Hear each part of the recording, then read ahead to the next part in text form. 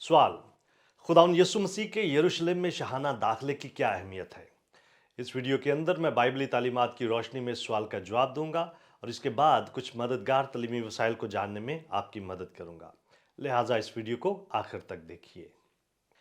खुदावंद यीशु मसीह के यरूशलेम में शाहाना दाखिले को हम खजूरों के इतवार वाले दिन यीशु मसीह की यरूशलेम में शाहाना आमद के तौर पर जानते हैं, जो कि खुदावंद यीशु मसीह की मसलूबियत से पहले का इतवार था। यरूशलेम में शाहाना दाखिले की कहानी खुदावंद यीशु मसीह की जिंदगी की उन चंद कहानियों में से एक है जिसे चारों अनाजील में दर्ज किया गया है। अगर चारों बयानात को इकट्ठा किया जाए तो ये बात बड़ी वाज़ह हो जाती है कि यरूशलेम में खुदावंद यीशु मसीह का शाहाना दाखिला खातिर खा अहमियत का हामिल वाक़या था। ना सिर्फ खुदावंद यीशु मसीह के दौर के लोगों के लिए बल्कि पूरी तारीख में सभी मसीहियों के लिए भी। हम उस बहुत ही अहम वाक्य को खजूरों के इतवार के तौर पर मनाते हैं। उस दिन खुदावंद यीशु मसीह उधार लिए हुए गधे के एक बच्चे पर बैठकर यरूशलेम शहर में दाखिल हुआ, जिस पर पहले कभी कोई सवार नहीं हुआ था। शागिर्दों ने गधे पर अपने कपड़े रखे ताकि खुदावंद यीशु मसीह उस पर बैठे और उसे खुशामदीद कहने के लिए लोगों का एक हजूम निकल आया। लोगों ने उसके रास्ते में अपने कपड़े और मुख्तलिफ तरह के दरख्तों और खजूर की डालियां बिछाईं। लोगों ने उसके हक में नारे लगाए, उसकी तारीफ की, और जब वो गधे पर सवार हैकल की तरफ जा रहा था तो उन्होंने उसे खुदावन के नाम से आने वाला बादशाह कहा। वो हैकल में गया और वहां उसने कारोबार करने वालों को बाहर निकाला और कहा कि उन्होंने उसके बाप के घर को डाकुओं की खो बना दिया है। यरूशलेम में गधे पर सवार होकर दाखिल होने से खुदावंद यीशु मसीह का मकसद ये था कि वो पुराने अहदनामे की तमाम पेशनगोइयों को पूरा करते हुए इसराइल का बादशाह यानी मसीहा होने का वाज़िया ऐलान करे। मत्ती बयान करता है कि एक गधे पर सवार होकर एक बादशाह का आना जिक्रिया 9 बाब उसकी 9 आयत में की गई पेशनगोई की वाज़िया तकमील थी, जहां पर मरकूम है कि ए बिन्नते सयून, तू नहायत शादमान हो। ए दुख्तरे यरूशलेम, खूब ललकार, क्योंकि देख तेरा बादशाह तेरे पास आता है। वो सादिक है और नजात उसके हाथ में है। वो हलीम है और गधे पर, बल्कि जवान गधे पर सवार है। खुदावंद यस्सु अपने मुल्क के दारुल हुकूमत में एक फतामंद बादशाह की तरह दाखिल हुआ और उसके दौर के मुताबिक लोगों ने उसका इस्तकबाल भी उसी अंदाज से किया। उस दिन यरूशलेम की गलियां और उस शहर के शाही दीवान खाने उसके लिए खुले हुए थे और वो गोया एक बादशाह की तरह अपने महल में दाखिल होता है। किसी आरजी और मादी महल में नहीं, बल्कि रूहानी महल में, जो कि हैकल थी, क्योंकि उसकी बादशाही रूहानी है।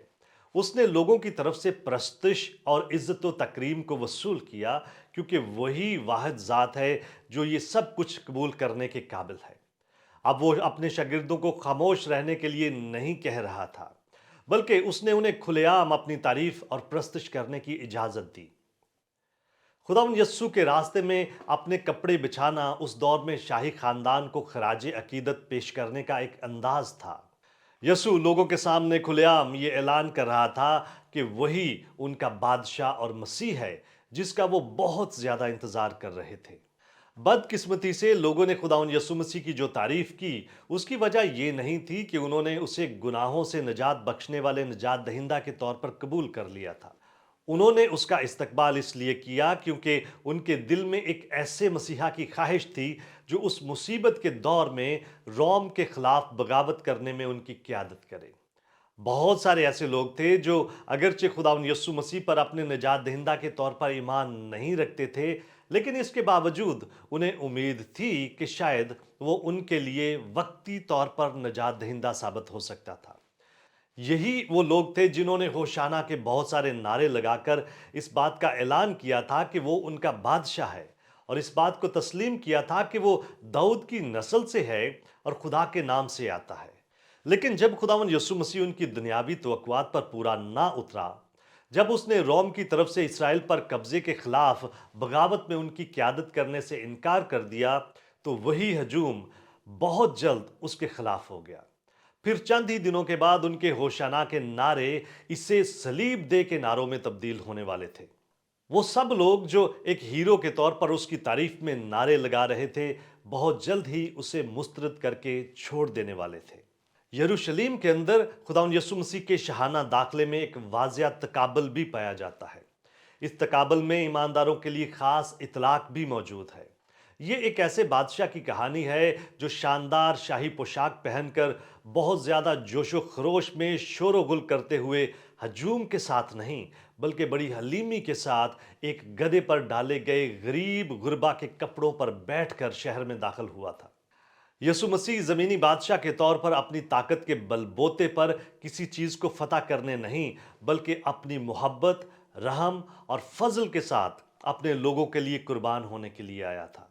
اس کی بادشاہی دنیاوی شان و شوکت اور فوجی قیادت پر مبنی نہیں تھی بلکہ اس کی بادشاہی حلیمی اور خدمت گزاری کی تھی۔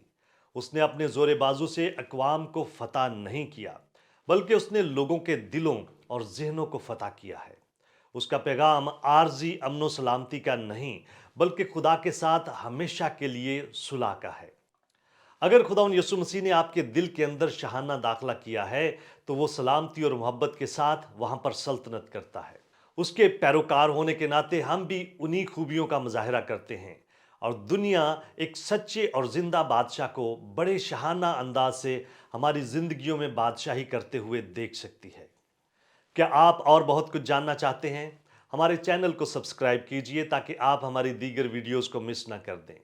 اور بہت سارے سوالات کے جوابات کو جاننے کے لیے ہماری ویب سائٹ godquestions.org کو وزٹ کیجئے۔ کیا آپ کے اور بہت سارے سوالات ہیں؟ بائبل کے پاس آپ کے سبھی سوالات کے جوابات ہیں۔ شکریہ۔